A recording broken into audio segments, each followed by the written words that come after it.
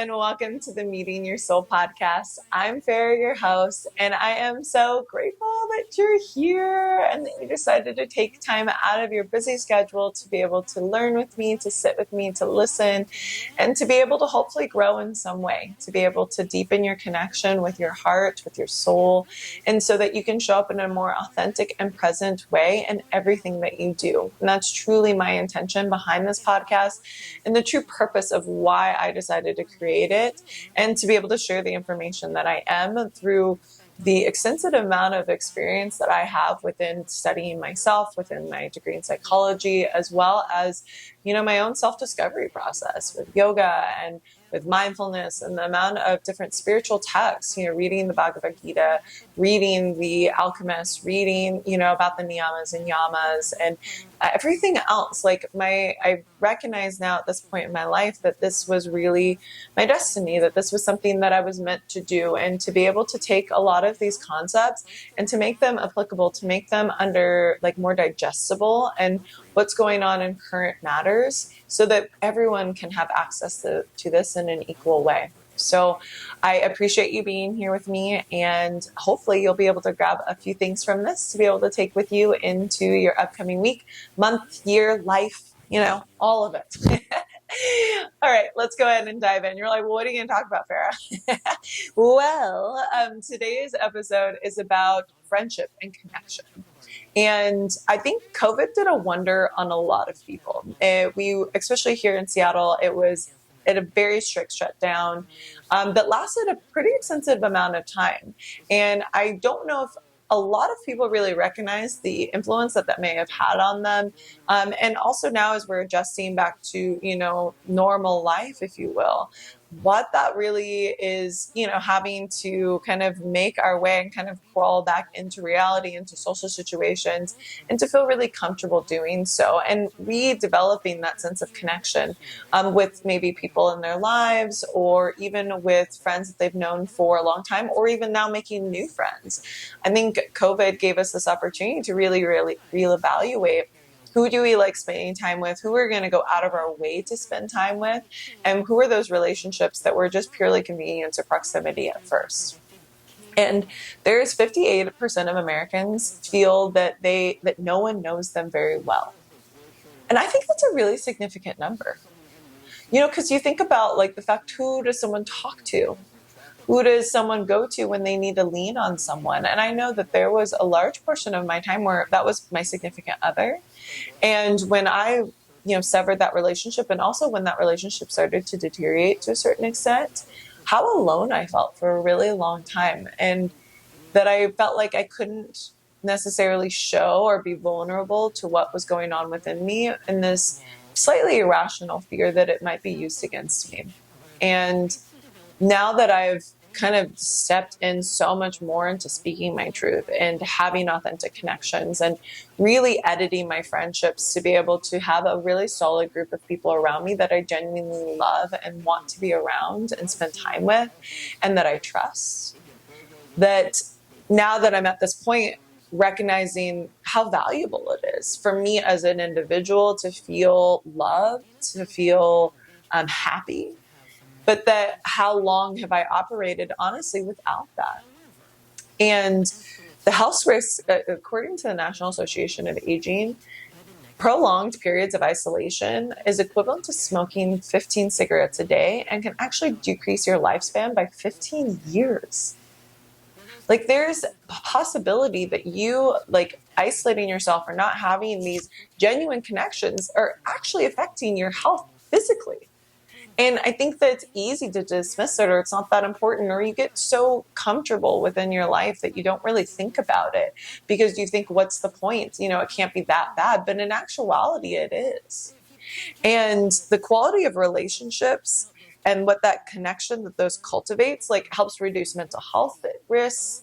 It allows us to be more connected to ourselves, to our community, to feel like we're contributing, that we're giving back. There's so much more that comes along with just, having friendships and being connected to community, family, than just having a busy social calendar, right? And I think sometimes we can dismiss it as that. But then in actuality, there's a lot of, psychological studies that show the importance of deep connection. And so that's why I thought personally that it would be an important topic to delve into. And after meeting with Shannon last week and talking about friendship, and we really went into a lot of like communication styles and self-discovery and all the things, but just being able to have that open dialogue with someone that I've known for over 20 years, and to be honest and to be vulnerable and to really share, but to really do so from this like safe container, I recognize the value in it and also the gift that it is. And that I feel extremely fortunate that I have those relationships and that I continue to build those relationships with others, and newer friendships that I'm starting to, foster. But at the same time, recognizing that, this is something that I've built over time. I'm a fairly social person. If you know me personally, you know that I have a pretty wide group of friends, and that been at different stages of my life that I've accumulated those friendships from, but that I really do go out of my way to help continue them. And I'm actually then very selective of who I actually let in within my inner circle, and that I do have a lot of acquaintances, a lot of people that I circulate with, but to have like my core group is what I personally had to work on within the last few years, especially after, ending a relationship where that was my primary, person that and recognizing how much I leaned on him for everything, that he was, the person I spoke to about all of my issues. If anything was not going right, or if I was sad, or if something wasn't going well, like that was my guy, and I think a lot of us, that is what our, partners are for us. And I think that there's extreme value in that. And I am so fortunate that I was able to have, over a decade long relationship with my best friend. And that was, one of the many reasons why we decided to get married, and, why we were together for so long, is because we genuinely trusted each other and loved one another. But, having friendships outside of that relationship is just equally as important. And to be able to continue to cultivate those, and recognizing the importance of, same-sex friendships too. Same-sex relationships almost came out. Hey, you do you.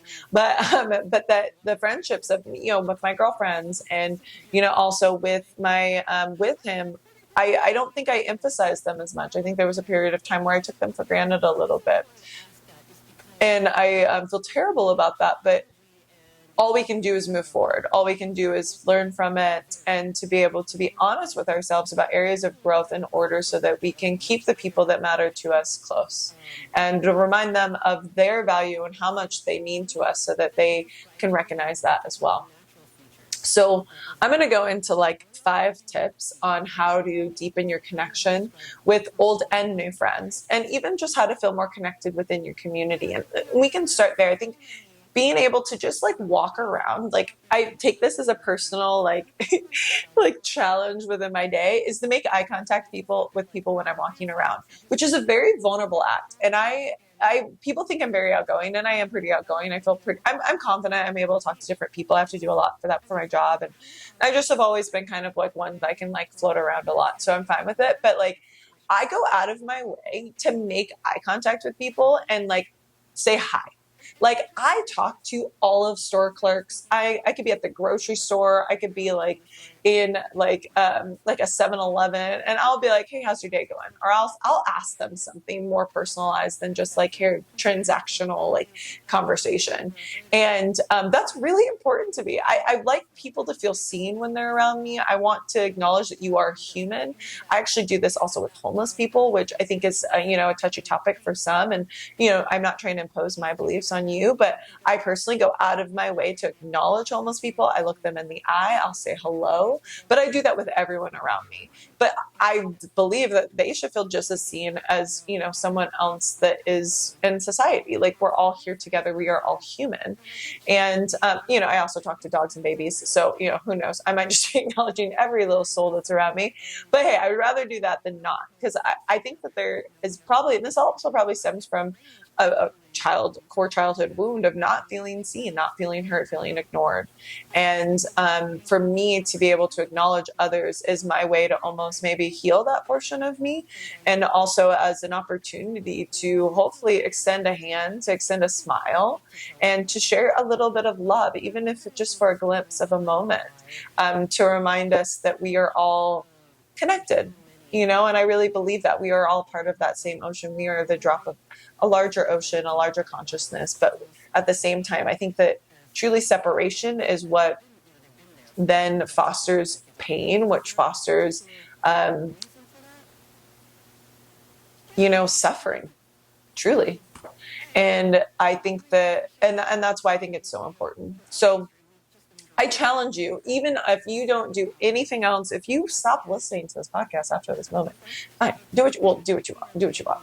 But I encourage you, next time you go to the grocery store, or the next time you go, to retail, or if you, go to the post office, whatever you have, any errand that you just are running, DMV, whatever, go and look at someone in the eye, make genuine eye contact with someone, obviously do what you need to do, but maybe ask them how they're doing. Ask them, oh, so when are you getting off? How's your day been so far? And do so and actually listen. Ask with the container and the receptivity to hear the true answer that comes from them. And you'd be surprised, people. I have some of the best conversations. I really do this. I go out of my way to do this. Anyone that's around me, one of my best friends is like, you are so embarrassing. You always talk to the people. You always get in this full on conversation with them. And I'm like, yes, because I think it's important. I think it's important to feel like you are not just floating past one another, but then actually engaging with people around you. And so try it out.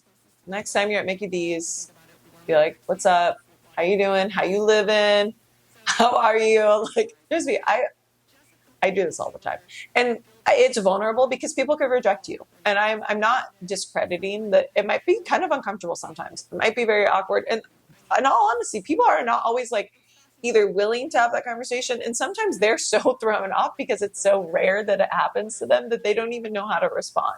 And so it could be a smile. And it's oh, they're oh, I'm good. And then they kind of look around. And you're like, oh, okay, cool. Well, I hope you have a really great day. Boom, done. That's all. That was my bit. That was my piece. That was my offering that I was able to give. And then I move on. I don't hold on to it. I don't tie onto it. I really don't think about it too much after I walk away. And then I even sometimes I used to do for years, I used to do a survey, but this is also the psychology major of me, is I would do I would look everyone in the eye. I would literally, as I was walking down the street, I made a conscious effort to look at people in the eye, everyone around me, anyone that's willing to look. And I would look at them and I would make eye contact, and I would either smile at them. I'd always smile. And so I'd look and smile. And it was always interesting to see people's reactions. So one, they would act like they didn't see you, or they would actually just not see you. But it was even funnier when they would act like they didn't see you because they were so thrown off.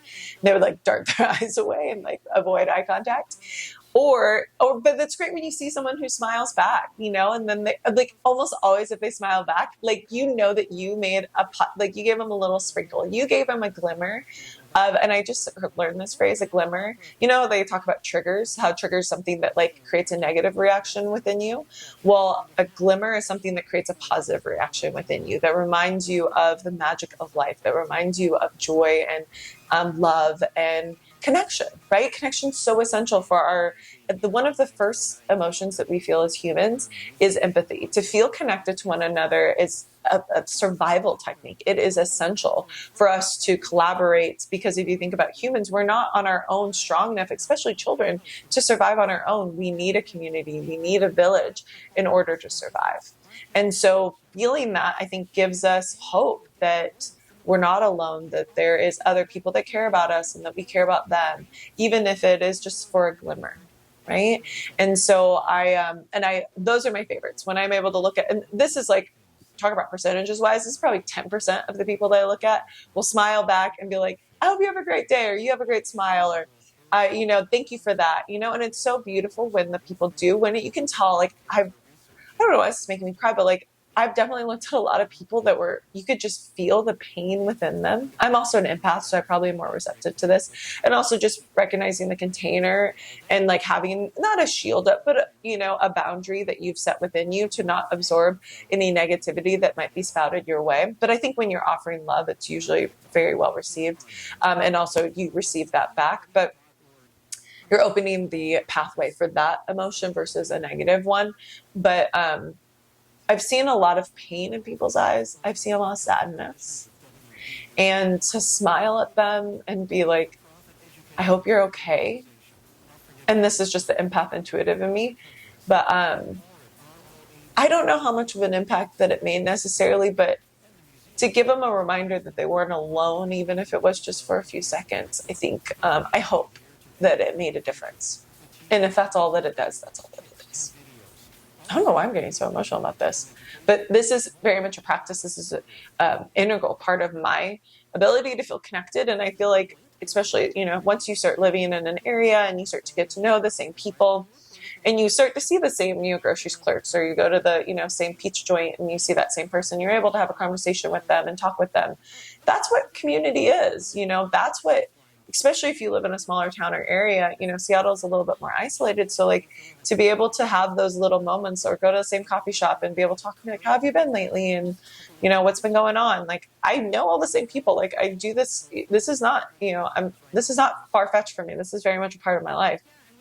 And it makes me feel like I'm a part of something. And like we were talking about before, feeling isolated is so prevalent within our society that to be able to feel the opposite fosters this ability for us to feel like, they improve the quality of our lives. And, I was also, if you've listened to the other podcasts that I was talking about being in flow, ikigai is a concept that is described within Japanese culture as a kind of this catch-all for finding your life purpose and living a more fulfilled and loving life.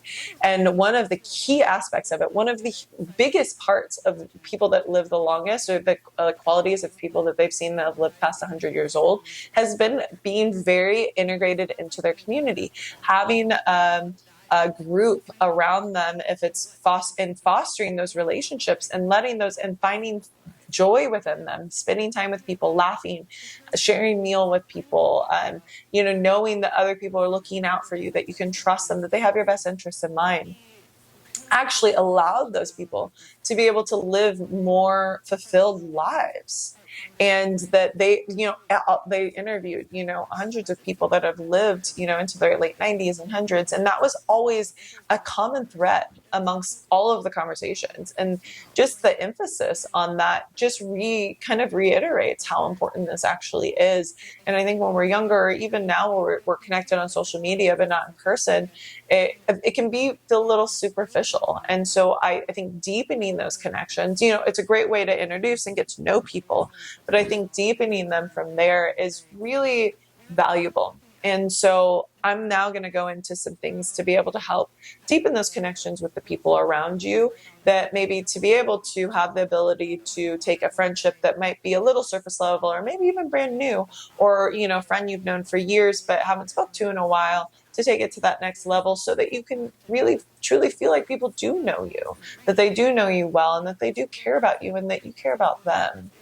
And the importance of that. And first things first, having the self-awareness of how you are, who you are, allows you to be able to connect with people that have the same value system as you, that are interested in the same things as you, that you have some common hobbies or interests to be able to discuss, But if you don't really know you, or the commonality that you have with that person are things that everyone's doing or saying or are interested in, like if everyone's making bread, I don't know, I'm just talking about that. Not everyone makes bread, but it's kind of been like this trendy thing recently. And maybe it's because I secretly want to make bread. If you're like a pro bread maker, more power to you. And or the banana bread, craze of COVID, if you have those things, great. But try to, instead of just being like, oh, these are my quick little things that I learned about this, and I'm now the best bread maker. It's talk to someone about like, man, do you remember when shit went awry? Like talk about the mistakes, talk about the lessons learned, just as much as you're talking about the successes. And I think that that gives you access to someone in a more well-rounded perspective, but also it gives you access to who you are in a more well-rounded and holistic format, right? Because if you are ignoring parts of who you are, you're judging parts of who you are, or feel shameful about parts of who you are, so you're concealing that, you're hiding that, then there's a high likelihood people are going to be receptive to that. They're going to notice it and they're going to question it. So like allow yourself, like understand yourself on a deeper level, be able to ask yourself the hard questions, be able to be with yourself, to be in solitude, to know who you are, and to be able to be alone with yourself, I think is really extremely important and critical when it comes to just being able to understand yourself in a 360-degree view. And when then you are heightening that awareness, you can only learn about someone and connect with someone as far as you've gone with yourself. So understanding yourself on a deeper level then gives you the opportunity to connect with someone in a more authentic and really vulnerable state, and to be able to have an understanding of your own emotional, awareness. Emotional IQ is so pivotal in being able to foster genuine friendships and relationships, and even professional relationships, to be perfectly honest. To read a room, to be able to like observe what's going on around you, to be able to be, aware of it, receptive to it, to be able to like listen to someone with intent, to be able to recognize the emotions that someone else is feeling, to empathize with them because you've felt them on you within yourself before as well. And when we understand ourselves, when we know ourselves, we're then able to hold space in a more, I think, non-judgmental and accepting way for others. We treat others how we treat ourselves. So if you're hypercritical of yourself and everything that you do, and if someone makes that one little mistake when they're around you, or they don't say something the right way, or maybe they, jump to a conclusion somewhere, or, whatever, a whole slew of things could have occurred, then you're actually kind of denying yourself the freedom and the opportunity to be human. Like we all make mistakes. We all do things wrong. We all have good days and bad days, and understanding the spectrum and all of those emotions and all of those feelings and all of those moods and everything in between. I'm also a Cancer, so I ride the waves a little bit more than most. But to be able to fully embrace that about myself. I know that about me. I cry, I get upset, I get sad. I'm also the most joyous and happy person in the world too. But there's been times where I've numbed out so extremely much that I honestly couldn't really feel a lot of joy, and I didn't really ever feel sadness. I just kind of was always just like flatlining in the middle. I know that sounds a little morbid. But there was a period of time because it was almost like I couldn't handle it. I didn't know how to. I didn't have the tools around me to be able to handle my own emotions. And so the easiest way for me to do that was just to shut down. And then I wasn't able to connect with others. Like, how do you empathize with someone when you're not feeling anything yourself? And also like be able to like, once we do start kind of getting curious about how we feel and just checking in with ourselves and asking ourselves the questions like, how do I feel today? How am I showing up? You're more in tune with how others might perceive you. Sometimes when you're in a grumpy mood for some reason and you're just like being pissy to everyone around you, like, how do you think people are going to respond to that? How do you think people are going to react to that? Probably not well. But like, if you go in and show up authentically and be like, hey, super grumpy today, did not sleep well last night, I'm just in a funk. I'm well aware I'm in a funk. So I'm going to remove myself a little bit. I've had these conversations with people and they've kind of laughed and been like, oh my God. In all honesty, I was like feeling super shitty the other day and I was in the exact same space. So like, you do you, boo. Like people then are willing to hear you out. And also then like you showed yourself to them. And like, then the next, like you've now like galvanized the relationship, even if, on a surface level to a certain extent, maybe you don't know that person that well. And now they're like, oh, that person was super real with me. Now I feel like I can be real with them. To be real with the people around yourself, to be real with yourself is literally the catalyst for real, genuine friendship, relationships, all of it, professional partnerships, family, to be able to be there with your family, to not try to present as this perfect little being that never does anything wrong and never has a bad day. Like, I've also done that. Like, I felt there was periods of time in my life where I felt like I couldn't really be myself because I was so scared of judgment. I was so scared of being ridiculed and torn apart that I just like cut off. And I say this in the most vulnerable way possible because I don't want you to think I have this all figured out and I've always just been perfect at it, because I have not. And I would say my friends and family, they've seen me in those different stages and they were always confused. I think people thought I was just emotionally, detaching from that person in particular, but it wasn't. I was doing it to everyone. I was really just like, I wasn't in a good space. And it was probably like during a time where I maybe was going through depression or, was struggling in my relationships or within my professional life. And I didn't know how to handle it. And instead of leaning on others, instead of it being an opportunity for them to see me in my fullness and of who I am, I retreated. And I wish I wouldn't have done that.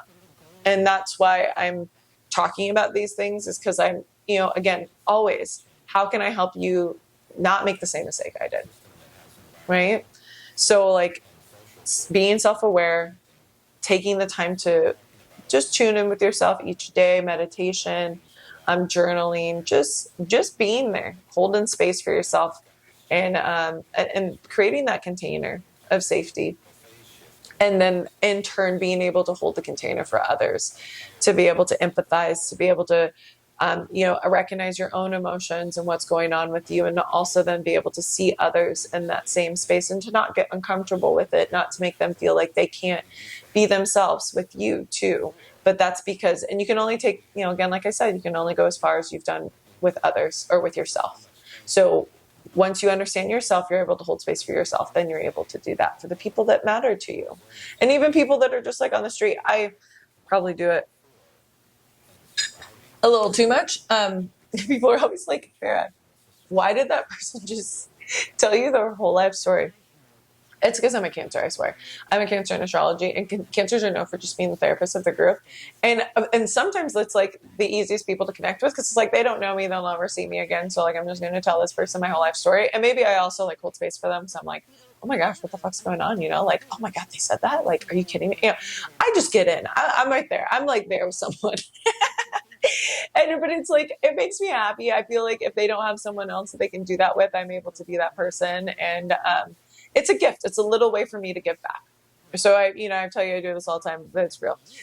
One of my friends, we were just out. She's like, you literally talk to every single stranger for like 8 to 10 minutes. It's never like a quick, like, hey, how you doing? Like, it's like, oh, really? That happened? And sometimes I don't even recognize people. I also ask questions. So maybe that's why it's my own fault that I'm just like opening up the door. But I don't know. Okay. But that's actually the next thing I was going to talk about, is to like ask engaging questions, because I think that is what, opens the forum for like real, authentic, like vulnerable, like rawness, to be able to be like, oh, damn, like what happened? Or like, oh, that happened. Like, or like, be like, what, how's your week going? And it's such an easy way. Like, I personally like to talk about like, how's your week going? And they're like, oh, it's been good. I'm like, oh, anything interesting happen, or anything exciting happen? Or, did you have a hard moment? Or even sometimes just sharing what I've been going through, like, oh yeah, similar. It's been all right. I had this, shitty stuff happen a couple days ago, and, it kind of like really weighed on me a little bit, but I'm feeling better about it now. And, I'm just talking through it, and they're like, oh, that's like, it's crazy. Just talking to someone else about this, and I just had the same thing happen to me. Or, again, that's like, it's this, it's an equal exchange, right? Of energy, of time, and genuine listening. I think that the act of listening, to be able to, ask these questions, to be able to listen without the intention of responding. Nothing shuts down a conversation more than when you're just listening, waiting, like biting at the bit to be able to respond and say something that is like related to you. And no knock to people. And I do that sometimes too. Sometimes I don't even recognize I'm doing it, but it's also like, this is so crazy because I literally went through the same thing. But like, it's an opportunity to be able to really be there. I lean into my active listening skills. I also, I went through, crisis line training. I used to work for a peer-to-peer helpline for years. I used to train students on how to do active listening. So like, it's a big part of my life. But, empathizing, summarizing, what someone said, validating them, to be able to insert, some, adjectives to be able to describe how they might feel. Oh my gosh, that must have been like really challenging for you, or that must have been heartbreaking, or oh, that's so exciting, I'm so jazzed for you, like you sound like you're so lit up, you sound so motivated, you are, it seems like you're really tackling your goals and achieving what you've set out to do, and that's incredible, I'm so proud of you. Like, there can be so many different ways to be able to help validate in what someone's telling you. And that's just show that you're listening, that you show that you care, and open up the door for a deeper friendship, a deeper, a relationship that isn't built on, like superficial conversations about things that no one really matters, that doesn't matter to either person, like you're able to go that 3 steps further to be able to relate on, who that person is, the realness of who they are and what they're experiencing within that point in time within their life, versus some like, show that they're watching, which no, not to that either, but like to be able to go, 3 steps further allows them to feel heard, seen, and like they have someone that's in their corner. And I was just listening to Jay Shetty podcast, and I love Jay Shetty, and he was talking about when you have an old friend connecting about something new, and when you have a new friend connecting about something old. And I know that it's easy to do, especially from the nostalgic point of it, is like when you have an old friend to reminisce about old times, or remember this, or remember that story, or remember that person, or remember when this happened, or remember when we went here. And that's great too. But it's like also acknowledging that that person has grown, that person has changed, that person has new experiences, that they are continuing to evolve, and that you are just as interested in who that person is now than you were within the friendship and the experiences that you've had previously. And this is something I struggle with, because I love talking about memories. I love talking about the past. It's just like, it's fun for me. It makes me smile. It just brings me joy. And also friends that I've had for a really long time, to be able to like shoot the breeze with them, just like, is like one of my favorite things. So like kind of like reminiscing is just like a great pastime of mine, something I enjoy. But to be also to recognize that that person in those conversations, and to be able to continue a friendship, is also showing up for who they are in this moment. And so asking them about their dreams, their aspirations, what they're working towards, what's important to them, what's something new that they've learned, what's going on within their career, what's going on within their family, their relationships now, their children, like what is actually happening in the present tense, instead of necessarily the memories that you've already established and experienced with one another. And I love the inverse of this as well, to be able to talk to people that you're newly meeting and getting to know about old things, like how did you grow up? What's a favorite childhood memory? Like, what's something that was really difficult for you when you were younger? What did you overcome that you never dreamed possible? What was something that you feel like you learned when you're younger? Like, how were you when you were in high school? Or, what college did you go to? And like, what was that like? What did you study? Who did you spend time with? What, like, there's so many things that you could ask someone about, like who they have been and how they've become who they are today, to show that you have a genuine interest in all of them, not just the past of who they've been before. And I think that there's value, and then that creates more substance into the relationship as you continue to get to know one another. And this can be within, relationships in like the romantic sense, and also just with platonic friendships too. In either way, I think then that, galvanizes even more who that person is and the connection that you have with them. And, I think it's easy to just talk about, again, like even, and I know within romantic friendship, like romantic partnerships, are the potential to just like talk about, like you're so beautiful, or, someone's looks, or, what, just like what they did that day, and then like maybe turn into a more sexual conversation. I don't know if other girls are experiencing this, but I know that I have. And they're like, and then they kind of go into like slight dirty talk, and you're like, what the fuck? How did we get here? But then also, at least for myself, gentlemen, take note. Ladies, take note. I don't know, whoever you are.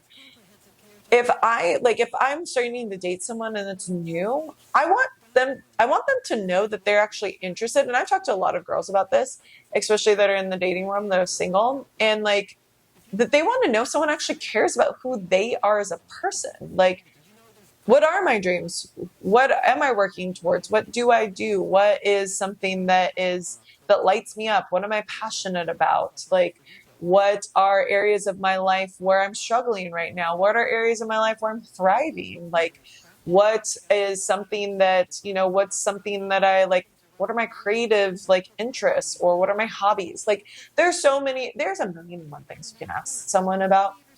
So like necessarily going into like, I just got off work. I can't wait to take off my clothes. What about you? It's like, no, bro, no.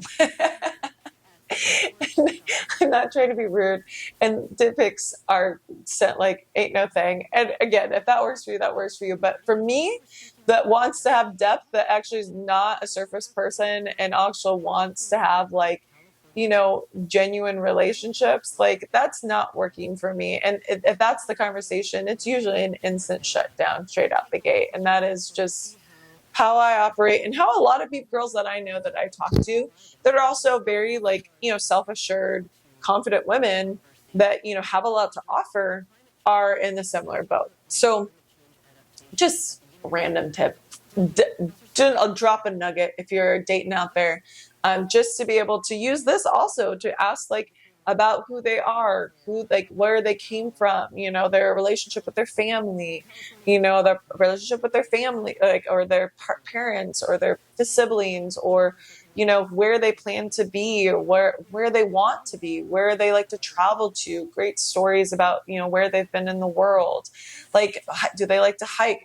Again, there's a plethora of things that you can delve into. So think about things that you're genuinely interested in, that you would actually genuinely want to hear them talk about, that you want, like, that you would actually be interested to hear them discuss, and to be able to then foster that conversation and see where it goes. And then again, just see the reaction, how they respond. Again, tap into your empathetic nature, to be able to read the room. How does that go? And if they're saying surface, recognize then that's probably the way they feel more comfortable. And if that's where you want to stay, then that's fine too. But like, where does that actually lead you? And where will you, like, are you playing games? Are you like being coy and playing the cat and mouse? Or are you actually like trying to, get to know someone and who they really are, more than skin deep, and that's how you create relationships and friendships that last a lifetime, is getting to know someone and, being able to share the struggles, to share the triumphs, to share all of it. And I think that, especially within friendships and relationships too, is celebrating others' successes. Like being able to see someone for who they are, and as they're growing and as they're evolving, to really be able to appreciate the growth that they have, and to be able to like welcome and support them as they pursue that, to remind them, be their hype girl, be their hype boy, like be the person that's cheering them on, that's reminding them what they're capable of, they're reminding them who the fuck they are, and that they can do the damn thing if they want to, and that's like, who doesn't love to have someone that tells you that like, oh, you're going to be great at that. That's so spot on, especially when it comes from someone that you trust and that's known you for a long time. Like, that's such a strength of yours. I'm so happy that you're doing that. I can't wait to see where it goes. Keep me posted. And then following up and checking in with them afterwards. How's that been? What's been coming up? Like, what are some challenges? Like, let's talk through this. How can I support you? How can I be there for you? And then in turn, like, it's so beautiful the way that people will immediately do the same for you. And it's going to, like, you treat others how you want to be treated. And also you teach others how to treat you. And so like, how are you showing up for them? How are you showing up for yourself? And how can that be fostering and really creating a healthy and loving environment for everyone involved?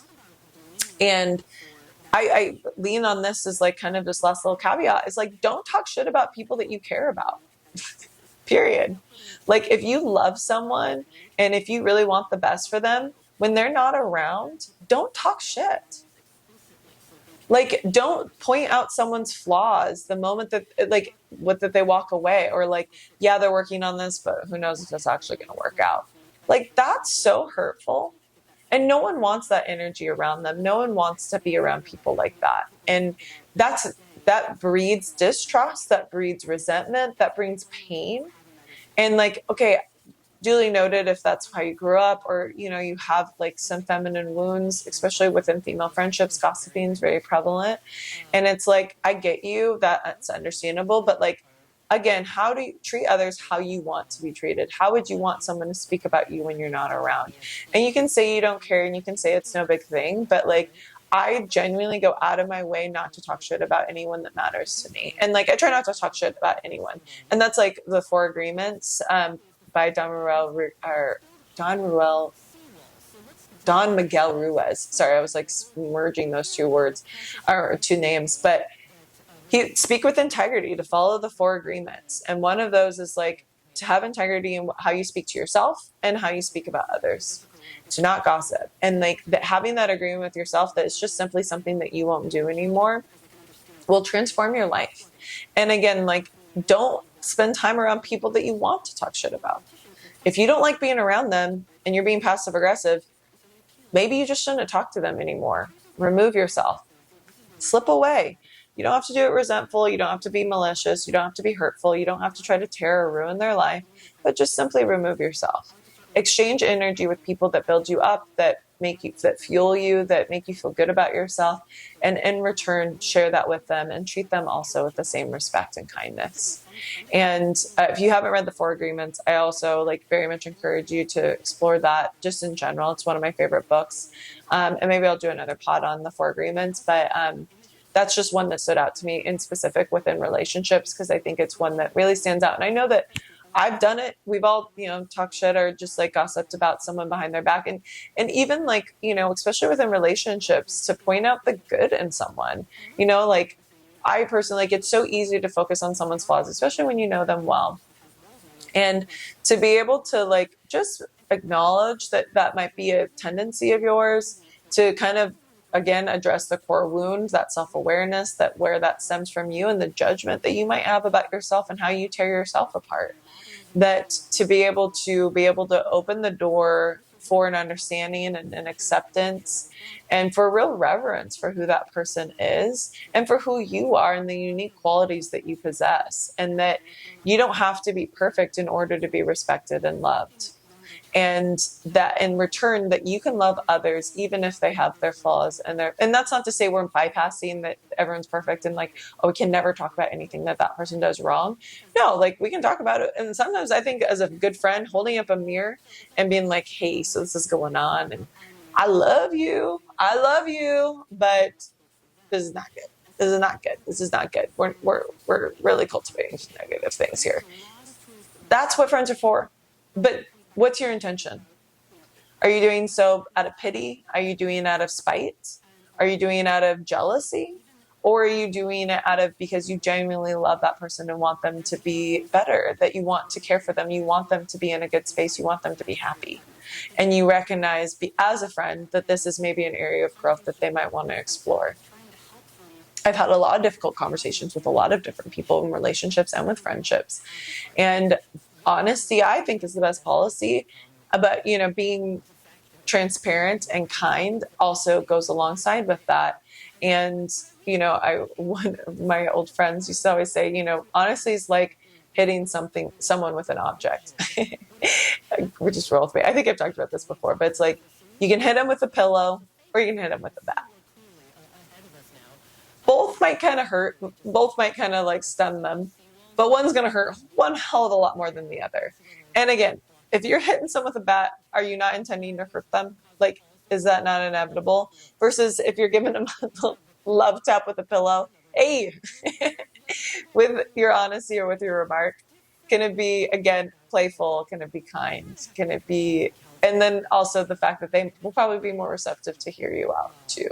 And, sometimes people aren't ready to hear that. Are you offering advice, or are you giving it to them, or are they asking for your guidance? Are they asking for you to step in? And, it's a delicate balance in line. And I tend to err on the side of like, I don't say anything until someone asks me. But, and then some moments I'll pop in, especially if I'm concerned. Maybe if it's something that I really feel like it could be hurtful to them, or they're being hurtful to themselves. That's an opportunity for me to, because I care, that I'm going to say something to them about it. And that's because, and truly, I always come and I try to look at it from that lens, because I care, because they mean a lot to me and I want them to be happy. So let's go ahead and retract it back through. How to create more connection within your relationships and within your life. Self-aware. Know yourself first. Step 1. Understand your own emotions, to be able to hold space for your own emotions, and then in turn be able to increase your own emotional IQ with the people around you. You can only go as far as you've gone with yourself with others.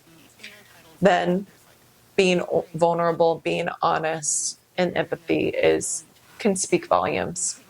Ask engaging questions. Be curious about someone and listen. And listen from a place of non-judgment, of, validation, and from a place of love. And then to really wrap it all up is to celebrate others' successes, to be able to be happy for them, to want the best for your friends and for your partners, or partner and family members, or partners. Maybe you're polyamorous, but that's fine too. And then just have integrity within your speech about those people around you, because nothing's going to fracture a relationship more than feeling a distrust or feeling like someone's lied to you or spoken unkindly about you. And that can instantly just dissolve a relationship when it didn't need to. And really try to see the best in people, assume the best in people. This was single-handedly one of the things that changed my life the most, especially within my romantic relationships, is recognizing that I'm assuming the best in that person. If like my ex, if he, like, we were both very independent, we were very social. If he went out with his friends, am I blowing up his phone all night asking him where he's at and who he's talking to, and like scrolling his gram to be able to figure out where he is and who's around? Hell to the motherfucking no. I was actually, when we first started dating, I was doing that. Oh, cray. And I was jealous. I was insecure. That's where it stemmed from. It stemmed from my own insecurities, feeling like I wasn't good enough and that he was going to cheat on me or he was going to leave me. And so I would do crazy ass shit. And it's like, did that breed trust? Did that breed connection? Did that breed a foundation and create a stronger foundation for our relationship? Hell no. It was literally ripping it apart. And so I had to be really honest with myself that I couldn't do that any longer. I could no longer assume the worst in that person, that I couldn't assume that he was doing something that would hurt me. Because ultimately, why am I with someone that would do that in the first place? If you have any questions of that, or if that's happened in the past, then be honest with yourself that if you even want to put yourself in that position. But assuming the best in someone also means if they come over and if you have a long-term partnership or, a marriage, and they come home and they don't say a word and they go into the room and they remove themselves and they're alone for an hour, they probably had a long fucking day and just need some time to regroup because they want to show up more fully, more contently for you when they do come out. Assume the best in them. Recognize how can you show up and how would you want someone to show up for you? Or in a situation where, you're starting to date someone, or maybe it's new, or even in a friendship where you are just now starting to really get to know each other and spend more time together, and they don't respond to your text right away. Okay, do you flip out? Do you they don't even like me? How rude, or you're blowing them up, the anxious attachment style where you start sending them a million messages okay, I guess I don't matter to you. I guess I'm not that important. That riff, that low vibrational energy is not going to set you up for success, right? So recognizing again, that self-awareness within you. How are you showing up? What are the assumptions that you are making? And how can you be honest, be willing to see the reality, but also then hopefully shine a positive light on it. Tossing it out there. Because at least I know that's helped me a ton. And then I'm not tripping about things. I don't really worry about it. And also then it's I have my own life. I have my own things. I'm working on myself. and I'm meeting someone there, and I want to be able to, create like connections and friendships and links with people that are also on that same path and have the same point of view on these topics, so that again it is stemming from a place of mutual growth, understanding, maturity, and love, because that's the whole point, right? We're all here hopefully to get one step closer to the love within ourselves and the love within others. All right, I hope this was helpful. Please tell me what you think of it. I am so grateful, again, if you've listened through this whole thing, to be able to take hopefully a few nuggets. If anything's jumped out on you, please share with me. Find me on the gram at Ferrachino, FERRAHCHINO. You can also watch the full YouTube video if you're listening to this on podcast. And my handle is also at Ferrachino there. And wherever you are, however we're connecting, I am, thank you. Thank you for being here. Thank you sincerely for showing up, for seeing me. And I hope to be able to connect with you more too, so that I can also see you, hear you, and to be able to strengthen this connection that we have as well. I love you. Bye.